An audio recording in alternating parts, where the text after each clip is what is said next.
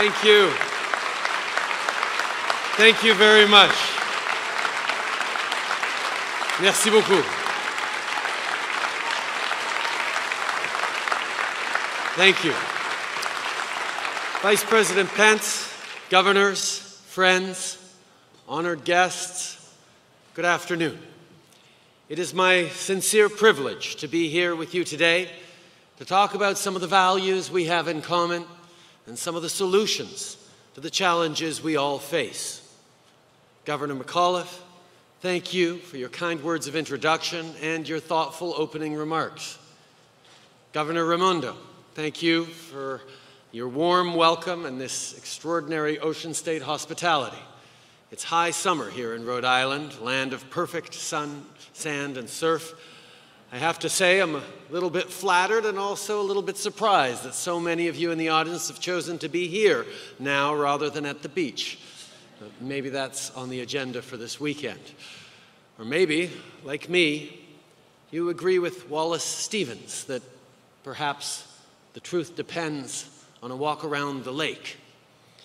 And I have to tell you, Wallace Stevens is my favorite American poet.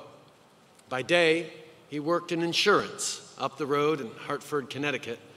And by night, he wrote some of the most thoughtful poetry this country, and indeed our world, has ever seen. As I get to know this beautiful, historic corner of America a little better, the neatly tended fields and low stone walls, the apple orchards and spectacular ocean vistas, I've been thinking a lot about Wallace Stevens. In his poem, Theory, he declares, "I am what is around me." And it makes me think of the concept of home, what it means, and how we define it. Of course, home begins with family. It extends out from there to school and places of worship, workplace, community, city, state, and country. But there's an aspect of home that goes beyond our national borders, at least beyond the Canada-US border, which is unlike any other. That is the idea and the reality of our common North American home. This is where Newfoundlanders took in thousands of stranded American air travelers after 9/11, as chronicled in the award-winning Broadway musical Come From Away, which you really should all see. It is where 100 years ago, New Englanders rushed to help their Nova Scotia cousins after the Halifax explosion of 1917. We saw it just a few weeks ago when the Plymouth to Newport sailing race got hit with hurricane-force winds, and Canadian Armed Forces personnel, ships, and planes went immediately into rescue mode. That's what friends and neighbors do for one another. We're there for each other. We step up.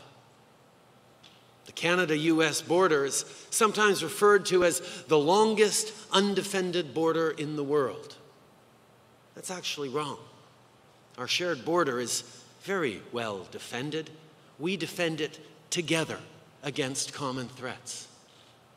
From NORAD, the only joint command relationship in the world, to NATO, to counterterrorism, to basic street-level policing, Canadians and Americans work shoulder to shoulder, keeping each other safe.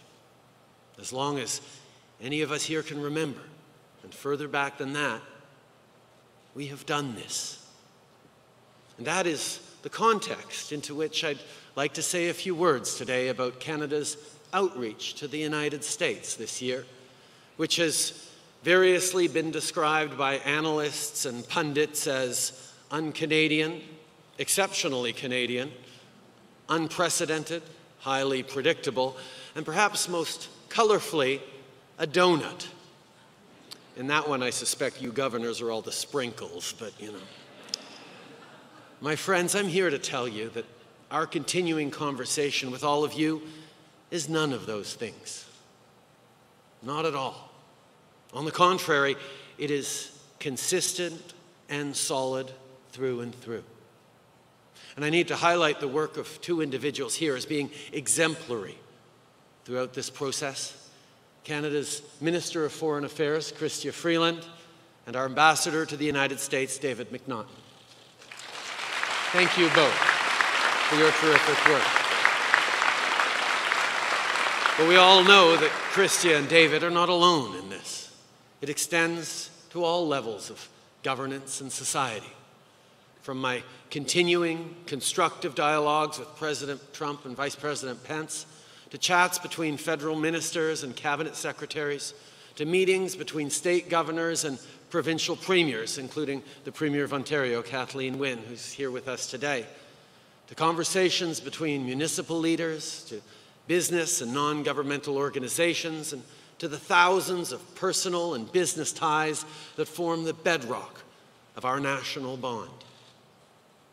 During my time in politics, I've noticed this.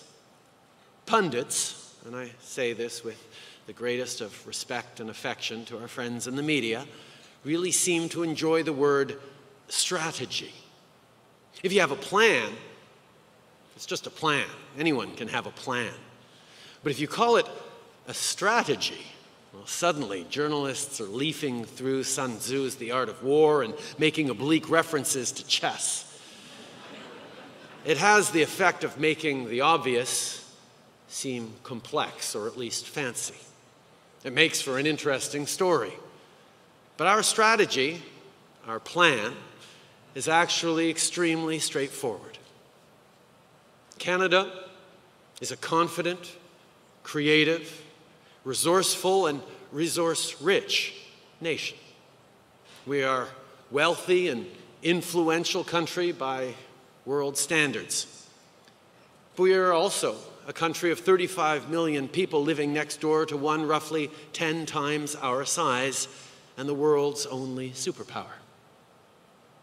My father, Prime Minister Pierre Trudeau, once compared this to sleeping next to an elephant. But while you, my American friends, may be an elephant, Canada is no mouse. More like a moose. Strong and peaceable, but still massively outweighed. And so we need to work harder to make our points, to advocate for the interests of Canadian families in a way that will connect down here. That applies across the range of our national interests, from the fight against climate change to job creation to our common defense. Because, let's face it, this is another truth about good neighbors. Sometimes we take each other for granted. Sometimes the very dependability and ease of a relationship can lead to us paying too little attention. When that happens, the principals invariably live to regret it. My friends, we in Canada decided we would not allow that to happen to our relationship with the United States of America. And you'll allow me to say that again for the folks back home because it's important. Il s'agit d'un autre aspect de la relation entre bons voisins. Parfois, nous la tenons pour acquise. Parfois, la fiabilité et la facilité d'une relation peuvent nous amener à y accorder trop peu d'attention. Inévitablement, on en vient à regretter de l'avoir négligé. Mes amis, je peux vous dire qu'au Canada, nous avons décidé que nous n'allions pas négliger notre relation avec les États-Unis. When I talk about the importance of maintaining this relationship, I talk about it as a collective. I say we, because this sentiment extends throughout the cabinet and caucus I lead, but is actually bigger than our government or our political party. There is an extraordinarily high degree of support for this across Canadian society. I note, by the way, that we have representatives from two of our major political parties here today, members of Parliament Mike Lake, Brenda Shanahan, and Salma Zahid, as well as Senators Bob Runciman and Art Eggleton. Hello, and thank you all for being here.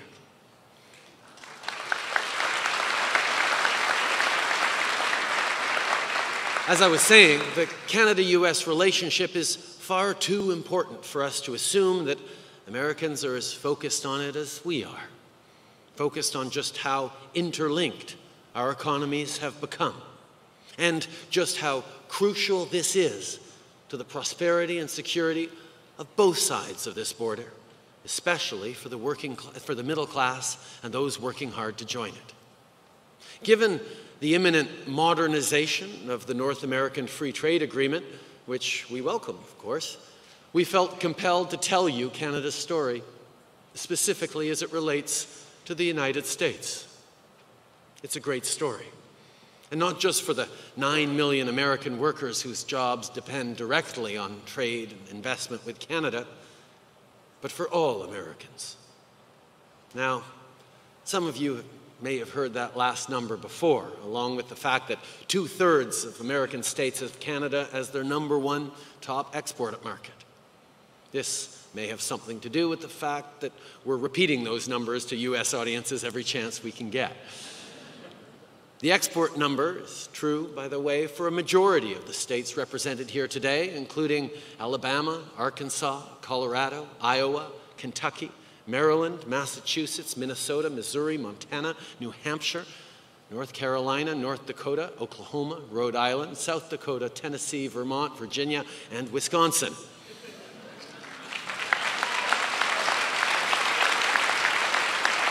To boil this down to one point, Canada is the U.S.'s biggest, best customer by far.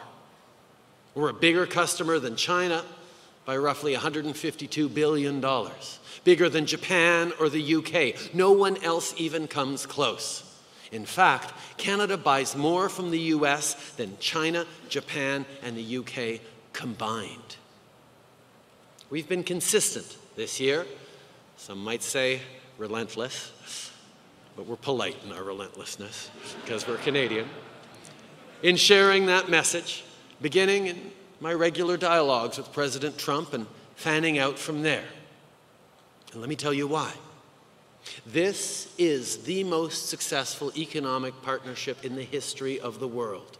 It's worth about $1 trillion each year, and most importantly, it's well balanced.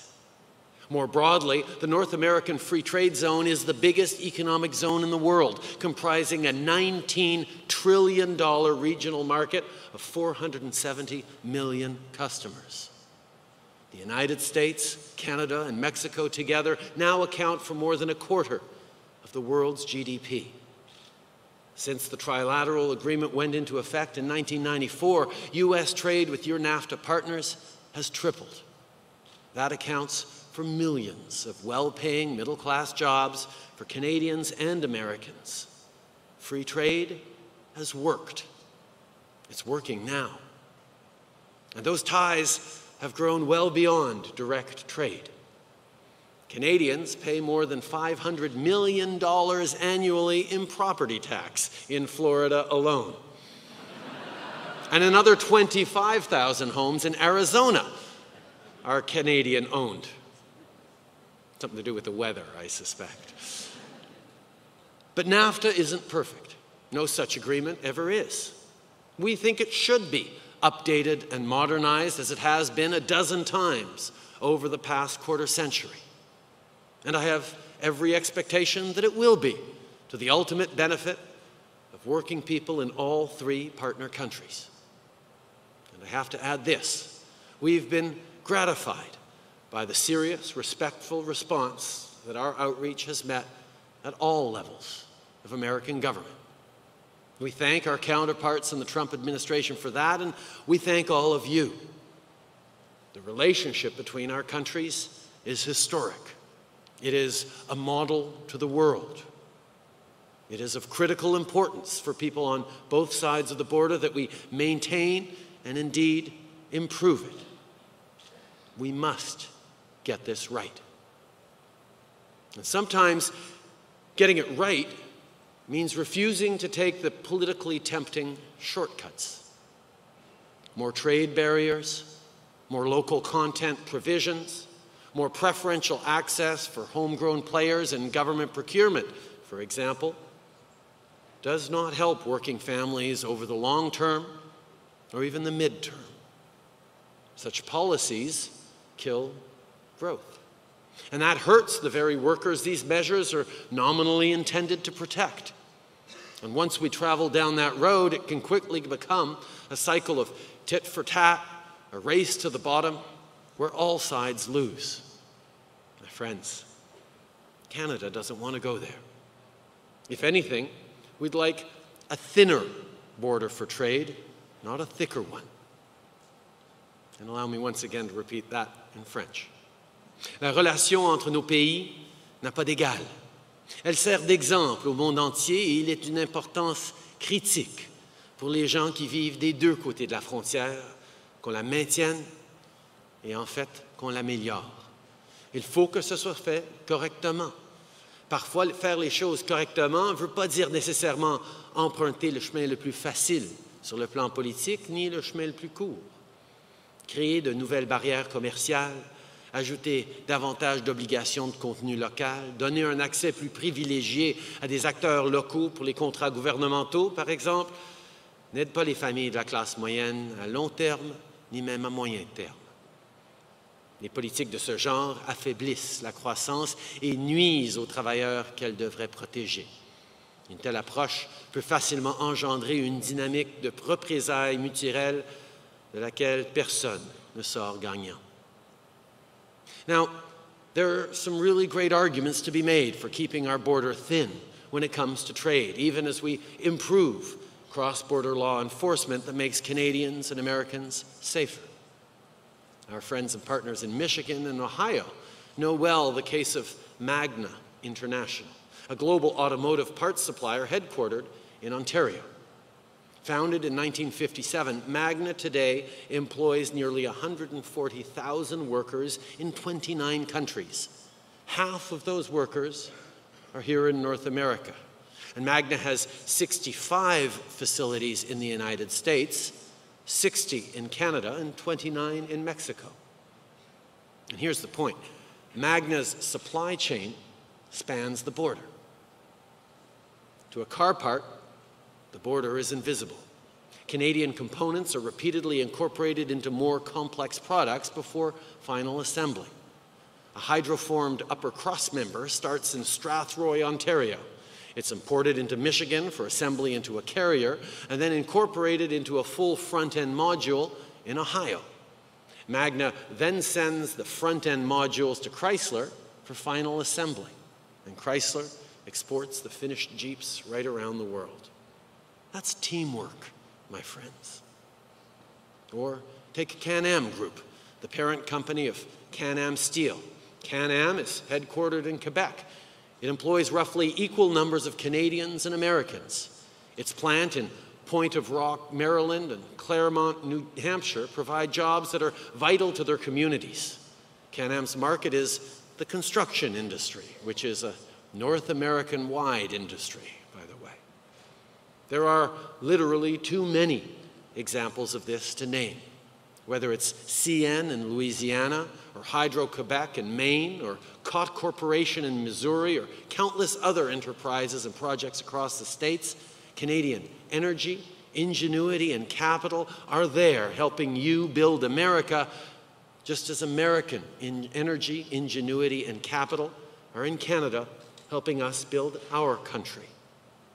And this, ultimately, is why I have such confidence in our shared future and in the best efforts of every leader in this room and in Washington to nurture this relationship, to make it even better. We really are all in this together.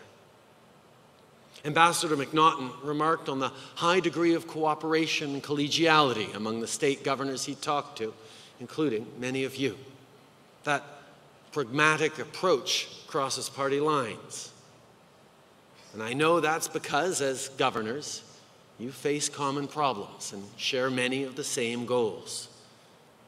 I know that you're focused on creating the conditions for good, well-paying jobs for the middle class in your states. Whether Republican or Democrat, in this economy, that's most likely your very first priority. Well, guess what? It's my first priority as well. President Trump has told us all that it's his first priority.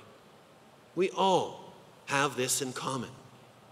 this challenge, how to ensure benefits of commerce and trade are more broadly shared so that every family can look forward to a brighter future, is among the most fundamental of our time. My friends, I believe to my core that the most important challenge we face as elected leaders is that of creating lasting conditions for prosperity and security for all our people in this, our shared North American home. By virtue of our geography, by virtue of our interlinked economies, this is work we are called to do together within a modernized, renewed, and strengthened North American Free Trade Agreement. So I will leave you with this. Let us meet this challenge. Let us keep talking as neighbors and friends should. Let us roll up our sleeves. Let's get to work, and let's keep making history together. Merci beaucoup tout le monde.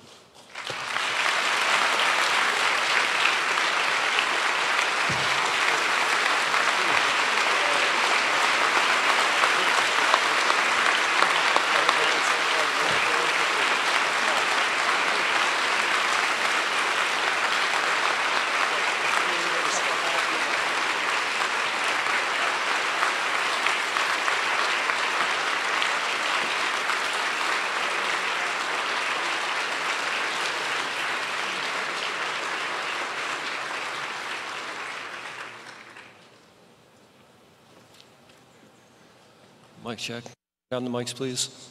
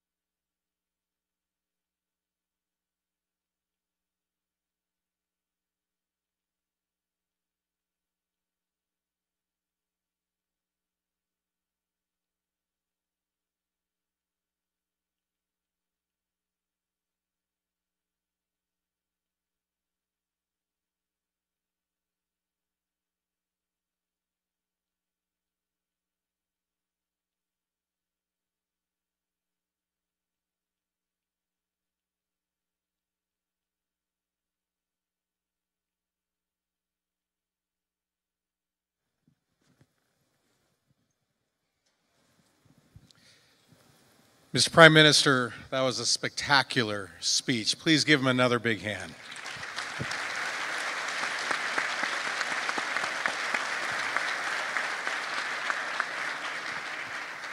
So I have the privilege of asking the first question, Mr. Prime Minister, and as Governor McAuliffe said, we as governors have waited 108 years for a foreign head of state to address us.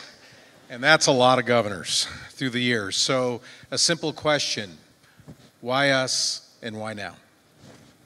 I think one of the things that we're seeing is, I mean, there's an immediate context, but there's also a broader context. The immediate context is obviously there's a lot of talk about NAFTA, about benefits or challenges around NAFTA, and for us, just sort of sitting back and hoping it all works out is not really the Canadian way. We have winters that are too harsh for us to be able to do that in general. So we reach out and we think and we plan, and we thought this would be a great opportunity to really step up our engagement across all different levels of the U.S. administration. As many of you know, we were extremely proactive in connecting with President Trump and his administration as they got up and running, but we also realized that connecting better with Congress, reaching out to states right across the country, working with governors, is something that happens every day at all levels of this relationship that we should be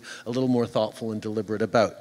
And that's the specific context. But I think the general context is that we're in a world that is more and more interdependent, more and more interconnected, and in which people are more and more aware of the challenges that our communities or societies are facing, and more eager to see people working hard, rolling up their sleeves to try and address their worries about their jobs, their future, their kids' futures. And this level of interconnection and pooling of energies to meet these challenges, I think, is part of what citizens hope to see from their leaders in general. Thank you. Well, thank you, Mr. Prime Minister, for being with us here today. We appreciate everything that you said earlier. And what we're trying to do with this conference, it's got a big international flair to it. Obviously, you have spoken. We've got folks from Mexico here with us. We've got Vietnam. We've got China. We've got Japan. With the emphasis being that we want businesses and governments to deal directly with governors to grow our economies. Sometimes, I know, as it relates to trade, conflicting messages coming out of Washington today. I just got back last week from a 7-nation European tour everywhere, issues about a border tax and so forth. So what I've tried to convey is come directly to the states. We will do business with you. And I'd ask you today, Mr. Prime Minister, what advice would you give all of us governors? You are already our #1 trading partner, as you are for many of the states here. But as you envision the next 5, 10 years out, what advice would you tell us governors to increase how we do more business with Canada? First of all, to reflect on what a lot of people take for granted, on how easy the relationship is with Canada. I remember a story of an American, and that goes on both sides of the border as well. I remember an American ambassador who explained to Canada, who explained to me that one of the first things he did was cross the country to try and drum up more business with the United States. And the number of people who said to him, as he was trying to say, you know, you really should think more internationally. And people said, no, we don't do any international sales. We just sell to the States. And the things we take for granted in terms of the easy proximity is something we have to be deliberate about, something we have to be thoughtful about and look for those opportunities. Look for the complementarities in our economy, and mostly think about reaching out. Encourage your business community, your chambers of commerce to go look at export possibilities with the United States, to welcome in visiting delegations from Canada, and to make Canada the first easy step towards the global economy for many of your small businesses. I mean, it's hard when we think of a global economy, when we think of the communications revolution, it's just as easy to sell your small business products across the street as it is to sell it around the world. You just have to shift your thinking, and if you can open your engagement at that level of already thinking of engaging with Canada and the opportunities there, it becomes then easier to really start to play in the global economy. On the flip side of things, the voices that governors have within the American system, both towards the federal government, but also connected with folks on the ground in your communities, whether it's business leaders or ordinary families and workers, you are better connected than some folks in Washington to the realities of people in their day-to-day lives, and being that bridge that is showing tangibly the benefits of trade, the benefits of a global perspective, and ensuring through the policy mechanisms that you have that the benefits of growth are being distributed and shared fairly amongst your citizens is something that governors have been and can continue to be extremely active on. Thank you. I think we have time for a couple governors' questions here. If any of our governors would like to ask the Prime Minister, anybody? Governor Raimondo. Thank you. Prime Minister, that was an extraordinary speech, and welcome again to Rhode Island. We've spent an awful lot of time over the past day or so talking about the opioid overdose crisis here in America. I think every single governor around this table is struggling with it. Here in my own state, which is a state of only 1 million people, we've lost over 1,000 people to the disease in the past handful of years. And I know this is something that you've taken great action on, could you offer us your advice, what's working, and any words of wisdom that you have on this issue? Thank you. The opioid crisis is hitting us extremely hard as well, to varying degrees across the country. And I was actually pleased that it was specifically one of the things that President Trump and I were able to agree on and coordinate and collaborate action on when I made my first visit to Washington.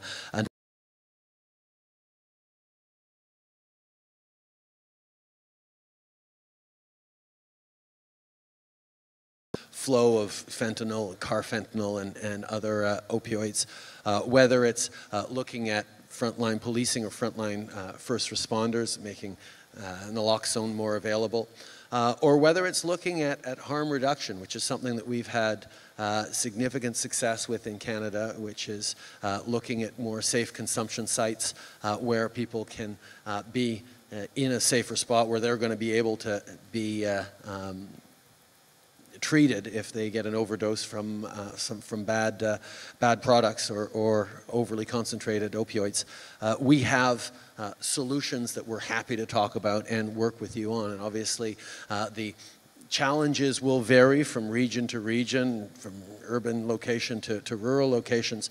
But we are beginning to see that once what was concentrated in certain areas is now hitting broad communities, young people, suburban retirees, all sorts of folks across the country, and making sure we're thoughtful and coordinated in our approach to this crisis is something that, as good neighbors, friends, and allies, we should certainly be doing. And I welcome the money that's being put forward to it. We've put a lot of money forward towards it as well, but mostly the goodwill of people who are realizing this is a very serious health crisis we need to address responsibly and quickly. I think we have time for one more. Any other governor here have a question? Governor Carney, thank you. A lot of tough negotiations on the Trans-Pacific Partnership, which involve Canada and the U.S., particularly around agricultural products. Do you expect that these negotiations will take up where those left off? Canada is a country that has understood from the very beginning how important trade is. We've always had more resources than our small population can use or handle, and we've always needed to be able to export our goods around the world. We have been extraordinarily fortunate to share the border with the United States, which means we have natural and always had natural connections with the American market, but we have also looked increasingly at engaging in the world. We just signed a historic free trade deal with the European Union, which certainly we're hoping is going to come into provisional application within a couple of months, which will have 99% of all tariff barriers disappear between our two countries, which would be good for our workers and our small businesses and large businesses, and good for our economies. But we're also very interested in trade with Asia. I think there is a lot of interest in the TPP in furthering sort of the momentum that we had, understanding the U.S.'s position right now, but also knowing that trade matters and creating opportunities for new markets, creating opportunities for our small businesses and agricultural producers to sell into the growing middle class in Asia. I mean, we're talking about 300 million people, 400 million people in China alone who are joining the global middle class, who are very interested in lobsters from Nova Scotia or Maine, or cherries from Washington State or British Columbia. There are opportunities for us to engage with Asia, with China, or with the TPP countries that I'm very, very interested in. So we're open to engaging and discussing trade. I think the challenge that we face around trade is that, yes, as a succession of policymakers and governments have promised, trade has led to growth over the past decades. That's true. The problem, however, is trade has never been a guarantee that that growth would be fairly distributed amongst citizens. And the challenge we have now as governments, responding to citizens who've said, you know what, maybe it hasn't worked out for us the way you promised it, and the wealthiest and the big countries seem to do well with, the big companies seem to do well with trade, but the rest of us aren't really seeing the benefits. It becomes really, really important that as we look at newer trade deals, at signing trade deals, at improving deals like NAFTA, we think right up front about how to make sure that the benefits of the growth that will come from trade, inevitably, accrue to more of our population. And you combine that concern with trade with the reality of automation and AI, we realize that the workplaces are changing. We need to be investing in education and skills training, in creating confidence amongst our citizens that we are building for their future and not just a short-term bottom line. And that's the challenge of leadership that we all face right now, which is both demonstrating the concrete benefits of policies, plans, including trades, but also selling it, reassuring people, showing that we can build and solve these challenges together as we have in the past, as opposed to giving in to fear or anxiety or anger. And that's always the challenge of leadership. People might be worried, might be anxious, concerned about the future. How do we take that energy and push it forward into policies that are actually going to help our citizens, help our companies, help our economies? And that's where, whether it's the TPP, whether it's trade deals around the world, or whether it's just this extraordinary relationship between Canada and the United States, this is where our energies and our efforts must lie, in demonstrating and focusing on the benefits for all of our citizens. Ladies and gentlemen, please again join me in thanking the Prime Minister for being with us today.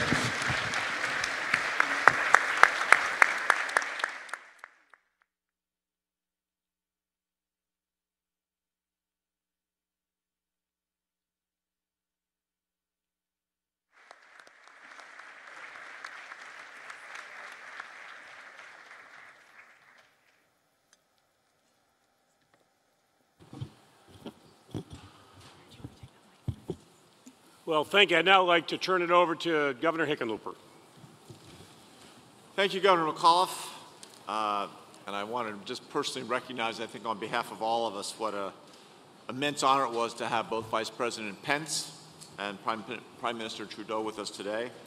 I want to take a moment just to thank them for sharing their time and their thoughts with us, and certainly we appreciate their presence. And with the Vice President on healthcare, we obviously still have a lot to discuss. I want to also thank all of our guests from Canada and Mexico. This is probably the largest turnout from those two countries that I've ever heard of. And I want to just take a couple minutes to focus on those relationships. And as the Prime Minister said so eloquently, trade creates wealth. And in trade, or as in automation or other innovations, there can sometimes be significant job displacement. We as governors, whether Democratic or Republican, can do a better job and really have to do a better job at training and educating people of all ages for all the new jobs that are being created by this rapidly evolving global economy. Without any partisan bias, I think we all share in this responsibility. Also, as Prime Minister Trudeau said, we need to make sure that, I think his words were, that the benefits are more broadly shared among all our citizens. We believe that states and provinces can work together to achieve greater success for all the people we serve. This is precisely why Governor Herbert and I worked hard to develop the inaugural North American Summit of Governors that took place in Colorado Springs in 2015. Our vision was to establish a foundation, to establish a forum that helped to spur conversations that supported cultural and especially economic linkages between our states, our provinces, our countries. With bipartisan attendance at the 2015 summit, we were able to have meaningful discussions on innovation, infrastructure investment, trade, and to build relationships that in many cases are ongoing. And this all would come back to jobs. We certainly value the relationships that we have with the Canadian and Mexican companies that operate in Colorado, and I know all the other governors feel the same way. We also know so many of our own companies and industries benefit from access to those neighboring markets. In Colorado, beyond the fact that Canada and Mexico are our largest trading partners, Colorado businesses export more than $2.4 billion in goods in 2016. In Denver, or in Colorado, actually in several parts in Colorado, we host every 2 years the Biennial of the Americas, or as in Spanish you would call it the Biennial de las Americas, to engage our neighbors in a week-long festival of culture and business innovation that seeks to celebrate the shared history and connectedness through the entire Western Hemisphere. And if any of you are bored that week in September 12th through 16th, would be a convenient time for you to come to Colorado. We know that through collaboration and trade and the sharing of ideas that we can achieve more, and we can expand opportunity not just for Coloradans and Americans, but for our partners in states and provinces beyond our borders. I want to again thank the NGA and Governor McAuliffe and Governor Sandoval for hosting this session, and to Governor Ducey for your partnership as co-chair of the NGA Economic Development Committee. I especially look forward to the NGA bringing the second North American Summit of Governors, which I hope and understand will be announced quite soon. So now I'll kick it over to our fearless leader, Scott Pattison. Thank you very much. I'm delighted to be moderating this session, and we will start by having some special guests' remarks. And it really has been an extraordinary day where the first head of state speaks to the NGA as well as the Vice President of the United States. And we also, again, have some very special guests from Canada and Mexico. So I'm going to start and first ask the Chief Executive of Mexico City, Mayor Mancera, to say a few remarks. Thank you for being with us.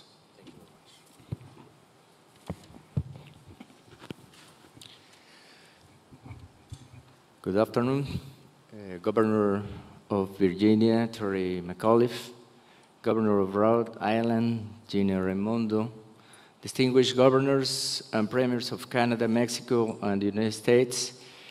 Today we are here for a historical significant summit convened by National Governor Association with great respect and admiration for this country and my capacity of chair of the State Governors of Mexico. I have the firm conviction that the states and provinces as a local governments are closer to and more in tune with the real needs of the people. We understand the priorities of the people that we represent for the purpose of modernizing NAFTA. The governors and premiers of Canada, the United States and Mexico know in great detail the needs of the local economies. We understand the factors that need to be promoted to manage a fair, just, and equitable economic development for our people. The modernization of the North America Free Trade Agreement is a historic opportunity to come together again, renew our relation, come to a new consensus and move beyond our differences. I come to propose that the state should have a fundamental role in the modernizing NAFTA. The governors of Mexico agree that our state governors organization should be included to this free trade agreement. Mexico is a key player and gateway to commerce with the United States and Canada. We are the second largest export market for the United States and Canada's third largest commercial partner. Because of NAFTA, commerce Mexico and the United States is almost $500 billion each year, representing $1 million per minute. Contrary what some suggest, the United States has been a great beneficiary of the free trade agreement with Mexico. After more than 20 years of open trade, 5 million jobs in the US today depend on trade with Mexico. In regard to Canada, in 2016, commerce between our two nations reached a record $34.7 billion. This is an undeniable sign to the commercial integration is the best way for foster economic growth. As chair of the governor of Mexico, I would like to take this opportunity to express our gratitude to the premiers of Canada, obviously the Prime Minister Justin Trudeau. They have proven to be open and receptive to Mexico's call to the continuation of NAFTA. Beyond the consequence of trade, an abrupt change to NAFTA would imply other threats that can also affect our fellow citizens. Millions of Mexicans who live in the US live in fear. They came to this country with the dream to building a better future. Today, 10% of the US economy depends on this workforce. Mexico and the United States shared a rich history as neighbors, ties to Mexico and its cultural heritage, and a fundamental part of the Hispanic community in the United States. The fear of being deported, whoever remains, as a constant threat to same of our fellow Mexicans, we migrate to this country looking for better opportunities. I would like to take this opportunity to address our immigrants, our Mexican workers. You are not alone. The governors of Mexico will strive to defend your dignity and your rights. There are countries that want to close their door, but Mexico will always be an open door, promote open trade and open borders. We will never accept discrimination or hate. The National Conference of Governors of Mexico stand in this forum with the conviction that we'll achieve our agenda in the modernization of North American Free Trade Agreement. The governors of my country are here to demonstrate the unity makes us stronger. As a region, we are ready to take charge of our future. Before you, as a political representative of the United States and Canada, we propose the following. We must put our faith in a united, integrated North America. In this global moment, it is critical to come into an intelligent economic development in which we can take advantage of the strengths of our three countries and integrate our economies into a strong commercial bloc. Mexico, the United States, and Canada should advocate for a region without tariffs in which each country enhances and maximizes its competitive advantages in the global market. We are stronger if we remain together. New and improved labor practices for the three countries. While Mexico has experienced a significant economic growth since NAFTA, it is important to recognize that not all this growth has been for everyone. The reality in my country is that since the integration of Mexico to the global economy, we have seen our labor legislation fail to address and guarantee the stability and rights of our workers. Mexico requires a significant salary and medium wage recovery. The governors of Mexico and I are convinced that this is the only way to improve our internal and regional labor markets. CONAGO believes that the foreign investment in Mexico can boost the qualification of Mexican labor and not focus on low wages. Lastly, I would like to conclude by recognizing the state that we are in, Rhode Island, the place, the concepts of popular and democratic government and individual freedom were first introduced since its founding in 1641. May these values that inspire the birth of this land be the guide for this forum and allow us to meet the challenge ahead. Yo estoy seguro que si todos trabajamos juntos y hoy en español todos repetimos esta palabra de trabajar juntos, podemos lograr todas las metas que nos propongamos. Hoy la CONAGO, la Asociación de Gobernadores de México, viene con ustedes agradeciendo esta importantísima oportunidad en este importante foro para hablar con los gobernadores, para hablar con los representantes del pueblo norteamericano. Juntos podemos hacerlo y estoy seguro que juntos lo vamos a lograr. Muchísimas gracias. Thank you very much for your attention.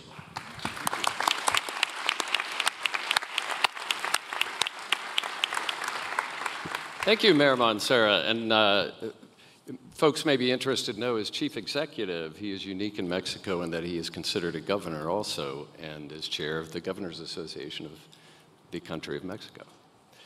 Now,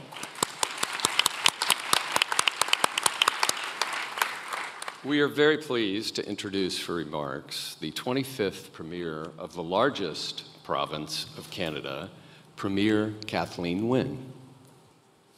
Thank you very much, Scott. Thanks, everybody. It's a great pleasure to be here, and I know what you want from me is a really long speech, but I'm going to disappoint you. I just want to make a few points, but I want to begin by thanking Governor McAuliffe, Governor Sandoval, and Governor Raimondo, and Scott for this event. The sessions have been terrific.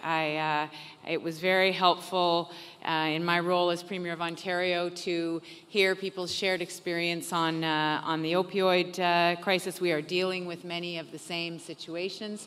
Had a great opportunity to listen to folks talk about cybersecurity. So again, it is very, very helpful to be able to hear best practices, and so I thank you for the warm welcome.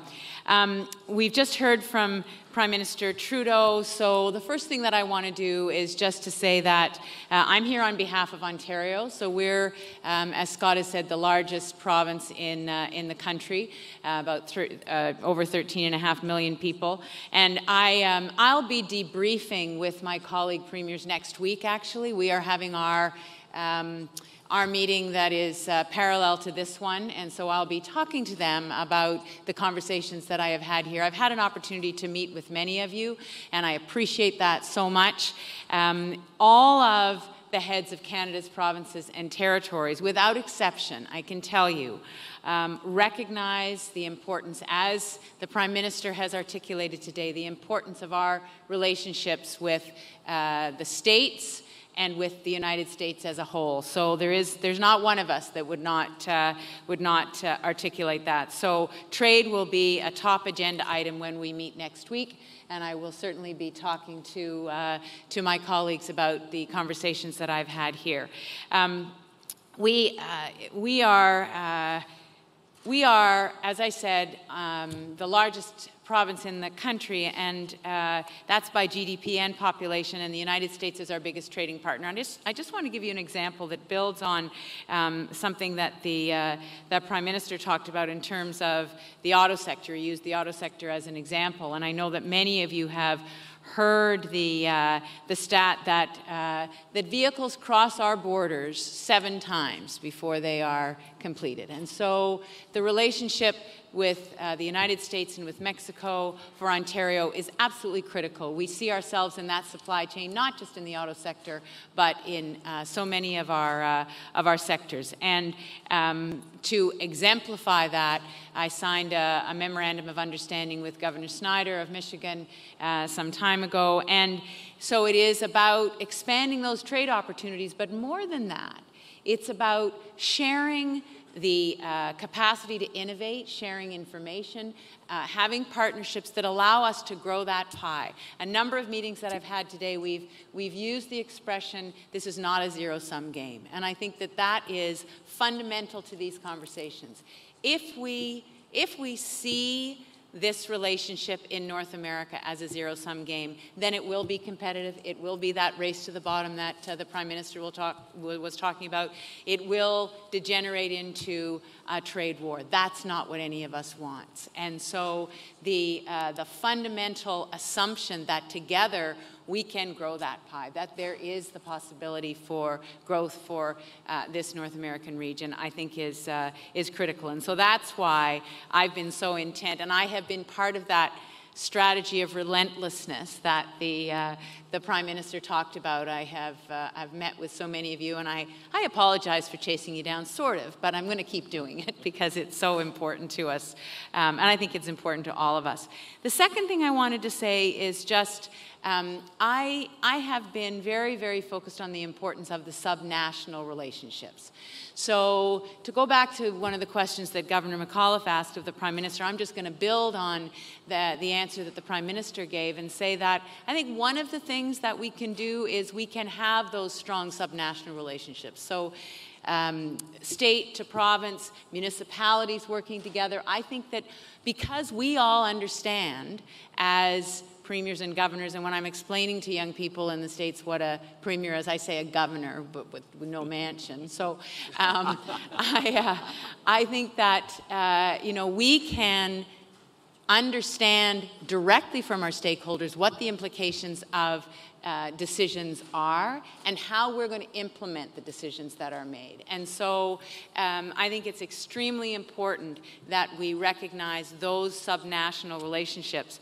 And so I notice in our conversations that we are grappling with the same things. I talked about the opioid crisis, but I've had a number of conversations where the trade discussion has gone into an education discussion because we're talking about training our workforce and how do we, Governor Bevan and I were talking earlier about the relationship between the labor market and our educational institutions and tightening those connections. Governor Reynolds, I did drop by the girls, the coding session, and women in STEM, how, that's something that we're all dealing with. How do we make sure that that there are more women in those seats and taking part in that part of the economy? And so we're investing heavily in Ontario in our people and in their skills and in their training opportunities. We're providing free tuition as of this September for college and university for young people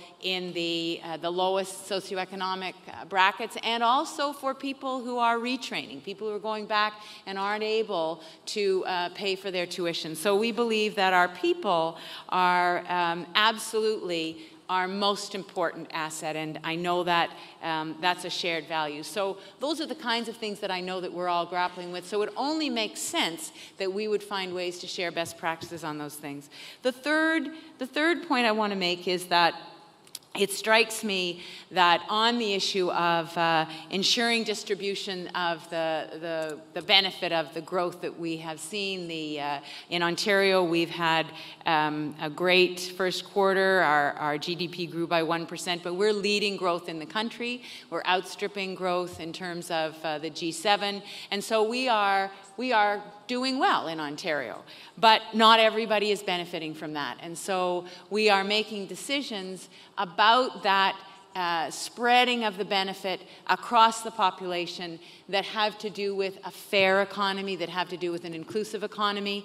And so we're investing in infrastructure, we're creating jobs. We're doing that in the form of P3s, and I've talked to a number of you about how we're working with the private sector to do that. But there is strong job creation happening because of that investment. We're in the fourth year of a $190 billion investment in infrastructure over 13 years. So that's a significant creation of jobs as a result of that investment. We're raising the minimum wage in Ontario.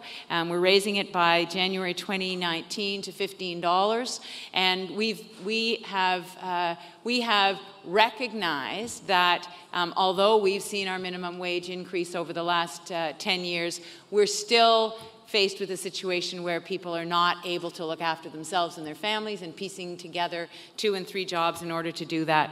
And so we don't take the growth for granted. We don't take the benefits of that growth for granted, and we believe that an inclusive economy is one that will continue to benefit all of us. So I'll just close by saying I've been speaking with leaders across the United States. I'm going to continue to do that. I believe in my heart and in my mind that these relationships are critical. I believe as we go into the NAFTA discussions, it is going to be absolutely essential for us as subnational leaders to be able to feed the information about what's going on the ground in our jurisdictions to our federal negotiators in a way that's going to allow them to represent our interests best at the table. There are going to continue to be challenging discussions. I absolutely understand that. But I also am very encouraged, because of the conversations that I have had with so many of you and your colleagues, that we all understand the importance of this relationship, and I am convinced that we are in each corner of this great continent. We're going to continue to work to make sure that these partnerships benefit all of the people who we represent. So I want to thank you so much, all of you, for the time that you have given us, and I look forward to continuing our work together. Merci, gracias. Thank you.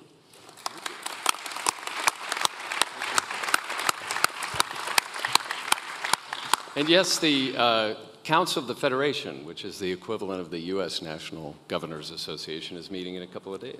Yes, I'll just go home and repack and leave for Edmonton. We're very pleased. We have another governor from Mexico, Governor Domínguez of the state of Querétaro, and I'd like to say hello and welcome you.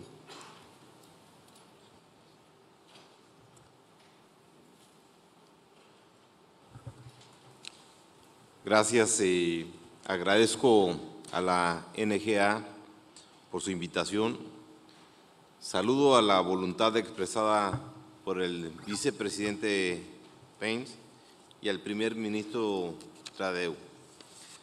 Saludo a Terry McAuliffe, gobernador de Virginia y presidente de la Asociación Nacional de Gobernadores de Estados Unidos. A nuestra distinguida anfitriona, a Gina Raymond, gobernadora de Rhode Island, a los gobernadores y primeros ministros. Como integrante de la CONAGO y acompañado por el presidente de la CONAGO, Miguel Mancera, jefe de la Ciudad de México, agradezco esta invitación de diálogo que he escuchado franco, abierto y necesario. El Telecán resume sus grandes lecciones en una sencilla palabra: apertura. Creemos en la apertura y en la libertad, apertura en un sentido amplio. Apertura comercial, sí, aspiramos a mantenerla, pero sobre todo a profundizarla. Apertura financiera, apertura productiva, sobre todo apertura a recibir, a ponderar y aceptar las ideas de otros. Debemos de ser una región abierta que promueva sociedades, gobiernos y mantener abiertas al progreso, a la integración, a la innovación.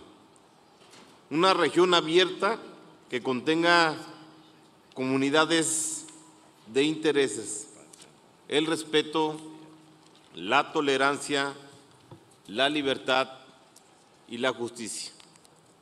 En Querétaro somos depositarios de los beneficios de esta visión. Un estado abierto y libre. Crecemos a tasas equivalentes a las economías del sudeste asiático. Somos líderes en la productividad, líderes en la investigación, líderes en la generación de empleos. La inversión que asienta en nuestro estado responde a cadenas existentes en todo Estados Unidos y Canadá. Es indispensable que entendamos la dimensión integradora en la región, tras ya casi un cuarto de siglo de libre comercio. La inversión se ubica en el lugar geográfico, pero los beneficios se derraman para toda la región. Y esos beneficios no conocen fronteras ni de idiomas. Construyamos cadenas no que aíslen, sino que nos unan. Cadenas de valor, innovación, conocimiento, producción, distribución, exportación. Es momento, sin duda, de revisar aquello que es susceptible de mejorar. Escuchémonos unos a los otros y asumir este momento con un espíritu de construcción. El Telecán marcó para bien una generación. El Telecán 2.0 tendrá que definirnos como jugadores claves del siglo XXI. Desde la firma del tratado, nuestros países han cambiado profundamente. Han cambiado también nuestras sociedades. Ha cambiado el mundo. Hoy tenemos una forma totalmente diferente de generar riqueza, de interrelacionarnos, de convivir, de comunicarnos. La ley, por naturaleza, debe de cambiar y adaptarse a las nuevas realidades. Solo que lo que no cambia también pues perece. México es un país que ha tenido cambios profundos, pero muy positivos, y hoy están marcando nuestro rol mundial. Somos una democracia, la alternancia política en México ya es un hecho cotidiano, la inversión privada ha crecido de manera exponencial, hay mayor libertad económica, hay sectores enteros que hoy están abiertos y son precisamente los que más han crecido en los últimos años.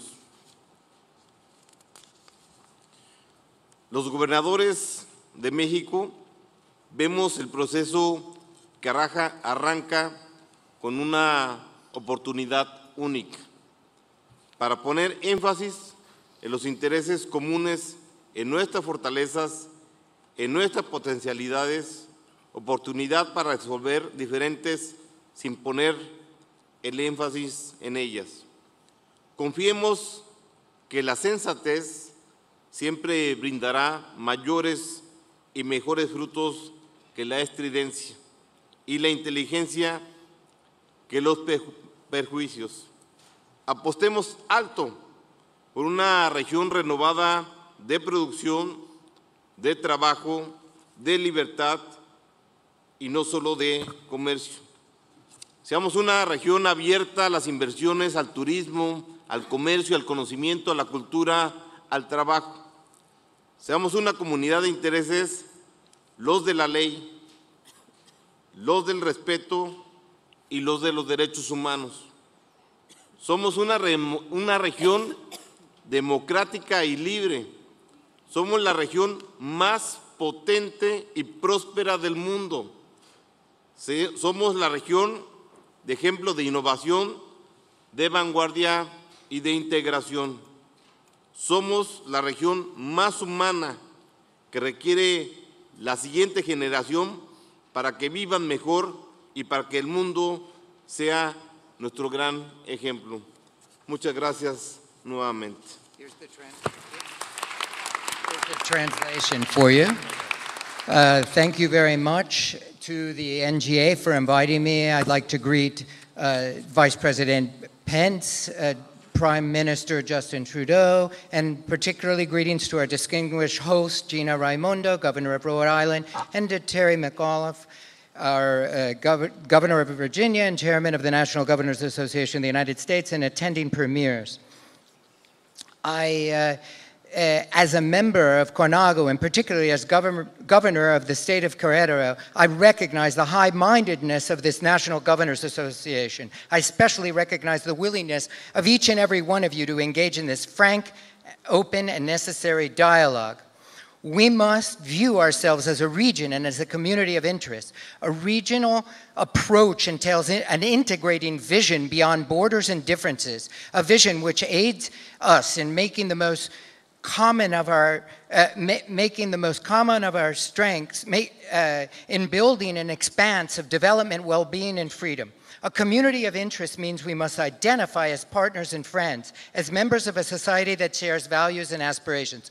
We can sum up the major lessons learned from NAFTA in one so simple word: openness. We believe in openness and freedom. Openness in the broad sense of the word. Openness to trade, for sure. We aim to maintain and deepen it. Openness to financing, openness to production, openness to migration, especially openness to receiving, considering, and accepting the ideas of others. We must be an open region, one which encourages open-minded societies and governments, collaboration, knowledge, competitiveness, progress, integration, and innovation. Investments made in my state of Querétaro are linked to supply chains that stretch throughout the United States and Canada, as has been mentioned earlier. It is essential for all of us to grasp the scope of integration and how it has brought a quarter century of free trade. Investment takes place in a geographic location, but the benefits spill out throughout the entire region. And the benefits know no borders or language barriers. We must move from commercial exchange to integration of production. Value add, let's build chains which don't isolate us, but instead unify us. Value-added chains, chains of innovation, knowledge generation, production, distribution of exports. It is time, without question, to review what we can do better. Each party to the treaty may have its own position, and these positions, no doubt, will be addressed. But the most important thing is to approach this time with a spirit of building. NAFTA has left its mark for the better on a generation. NAFTA version 2.0 must define us as key players in the 21st century. From the time of the signing of the treaty, our countries have undergone profound change, as have our societies and as has the world. Today, we have a totally different way of generating wealth by interconnecting, interacting, communicating. Law, by nature, must change and adapt to new realities. Only that which does not change perishes. Mexico is a country that has undergone profound and positive changes which shape our role in the world today. We are a democracy. Now it is an everyday occurrence in Mexico that political parties alternate in power. Private investment has grown exponentially now. There is greater economic freedom in Mexico. There are entire sectors which are open today, and these are precisely the ones that have grown the most in the past years. Governors view this process afoot as a unique opportunity. In order to emphasize common interests, our strengths, our potential, an opportunity to work out differences without focusing so much on them. We trust in sensibility. It will always yield greater and better fruits than will shrillness and stridence. And intelligence will always yield greater and better fruits than prejudice. Let's aim high for the sake of a renewed region of production, hard work freedom, and not just freedom of trade. Let us be an open region to investments, tourism, trade, knowledge, culture, and labor. Let us be a community of interest, the interest of law, respect, and human rights.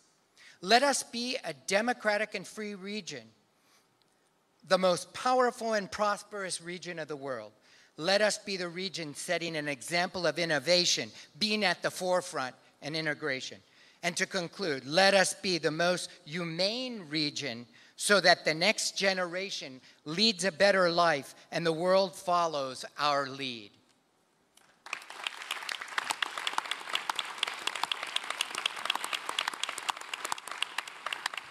Thank you, Governor.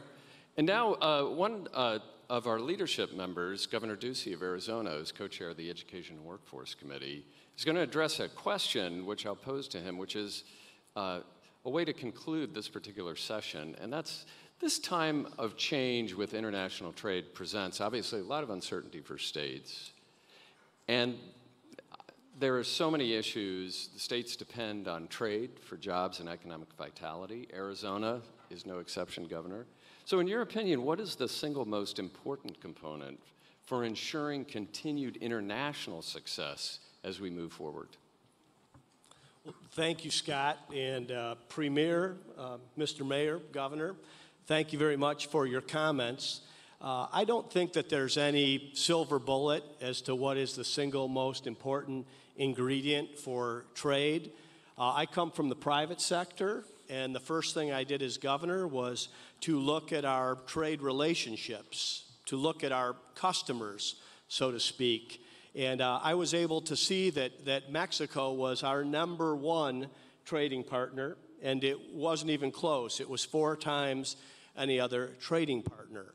So I knew that that was a relationship that I wanted to build and rebuild. And I also looked to Canada, which was one of our top 3 trading partners. And Premier Wynne, you were very gracious when we were able to come and visit. And it's a trip that we treasure very much, the relationships that we built.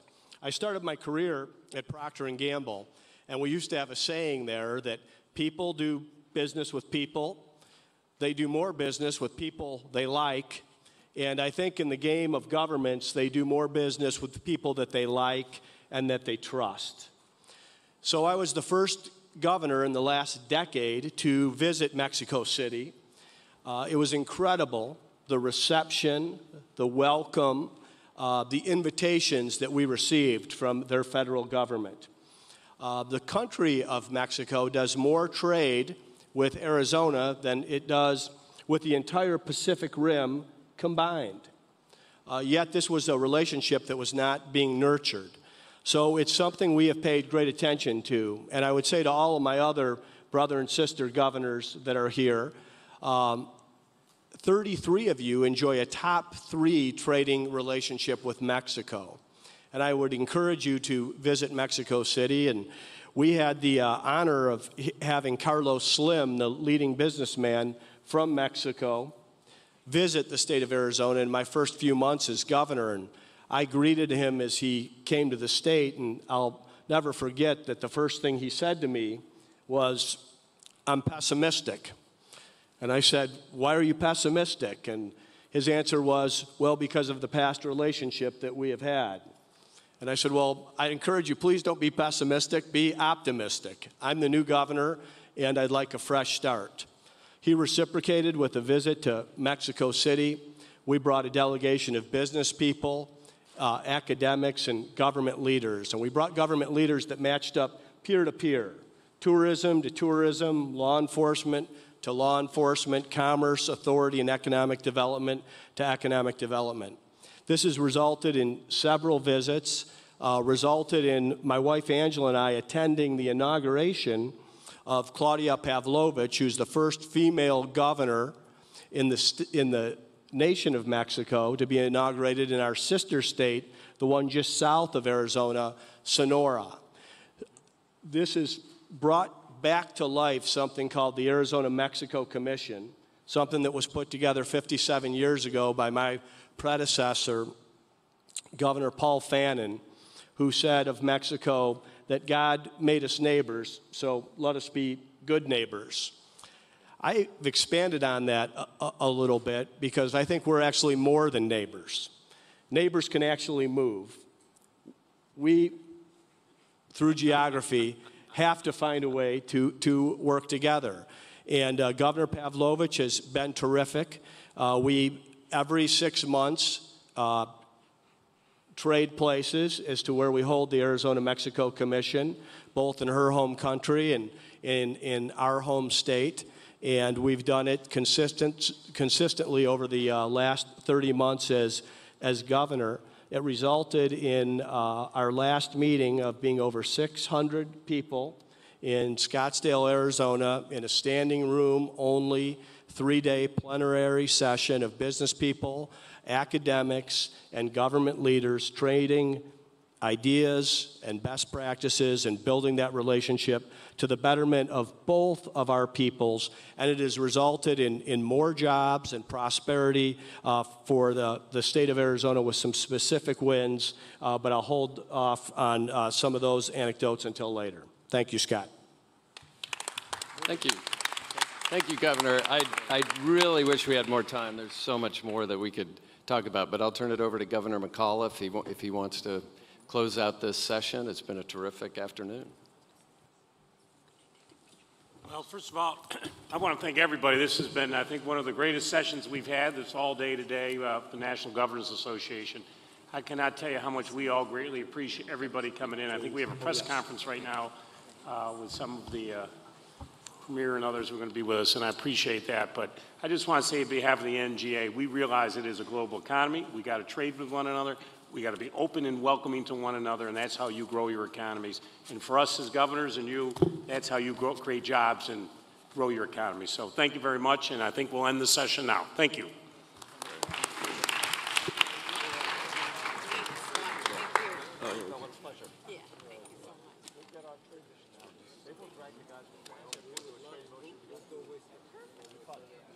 Perfect. Send it when you